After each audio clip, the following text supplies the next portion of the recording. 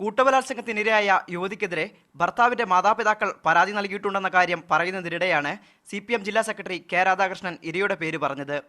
പേര് പറഞ്ഞതിനുള്ള വിശദീകരണം ഇങ്ങനെ: അല്ല, പേര് പറയാൻ പിന്നെ ജയന്തന്റെ പേര് ഇങ്ങനെ പറഞ്ഞുകൊണ്ടിരിക്കുകയും ചെയ്യാൻ മറ്റൊരു പേര് പറയാനും പാടില്ല. അത് ശരിയാവില്ല. പീഡനത്തിനിരയായ ആളുടെ പേര് വെളിപ്പെടുത്തുന്നത് 2 വർഷം വരെ തടവ് ലഭിക്കാവുന്ന കുറ്റമാണെന്നാണ് നിയമവിദഗ്ധർ പറയുന്നത്. ആരോപണമുന്നയിച്ച യുവതിക്കെതിരെ ഭർത്താവിന്റെ മാതാപിതാക്കൾ നൽകിയ പരാതിയിൽ കൂടുതൽ അന്വേഷണം വേണമെന്നും കെ രാധാകൃഷ്ണൻ പറഞ്ഞു. അവരെക്കുറിച്ച് കൃത്യമായിട്ട് അവരുടെ അച്ഛനും അമ്മയും പറഞ്ഞിട്ടുണ്ട്. കഴിഞ്ഞ 9 വർഷമായിട്ട് പ്രസവിച്ച കുഞ്ഞുങ്ങളെ നോക്കാൻ പോലും തയ്യാറായിട്ടില്ല.